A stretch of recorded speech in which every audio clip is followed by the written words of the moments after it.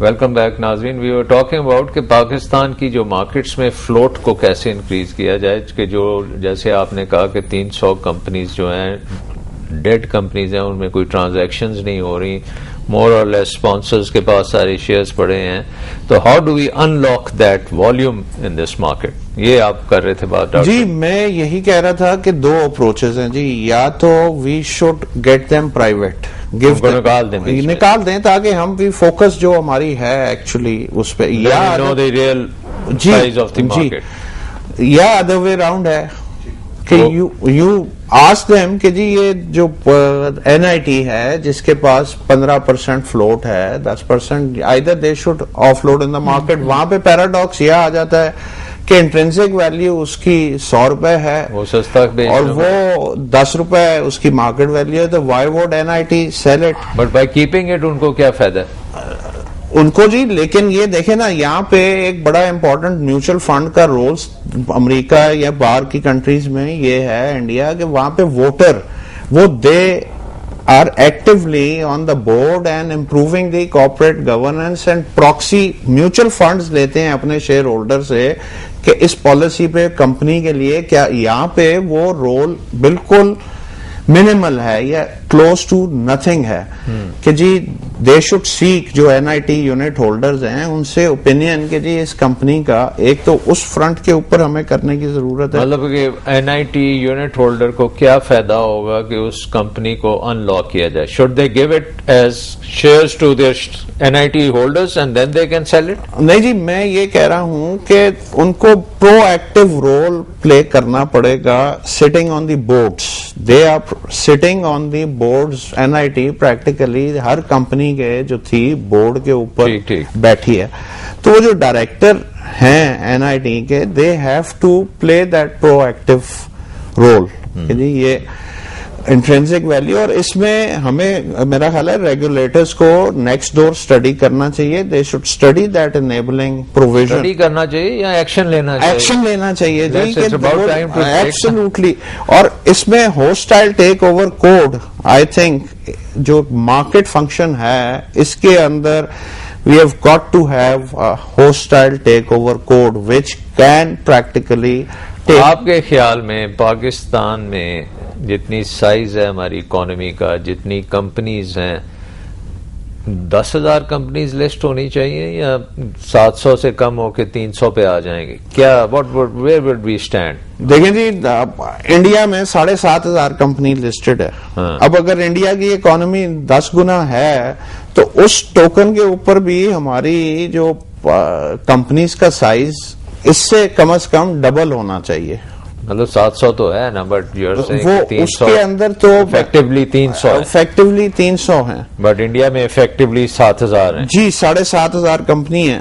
ایک اور چیز, یہ جو آئی پی او کی ہم بات کر رہے ہیں اس ٹائم کے اوپر, یہ انڈونیشیا نے بڑا سکسیسفل ایکسپیریمنٹ کیا تھا پرائیویٹائزیشن میں کہ جو کمپنیز کے شیئرز تھے اگر اس کی ویلیو 100 روپے تھی تو انہوں نے چھوٹے یونٹس بنا کے پوری نیشن کو چوائس دی کہ جی آپ یہ 50% یا 40% ڈسکاؤنٹ کے اوپر یہ شیئرز لے سکتے ہیں. آپ نے مارگریٹ تھیچر کا ایگزامپل دیا تھا, تو وہ بھی ری وائٹلائز کر سکتی ہے ہماری مارکیٹ کو. یہ جتنی ایک تو آپ کہہ رہے ہیں کہ جو ایگزسٹنگ کمپنیز ہیں جی ان کا فلوٹ تھرو ویریس انسینٹیوز ہمیں انکریز کرنا چاہیے. این آئی ٹی کو اپنی ہولڈنگز میں سے جو اس قسم کی کمپنیز ہیں جن کا فلوٹ نہیں ہے وہ فلوٹ کو مارکیٹ میں لانا چاہیے.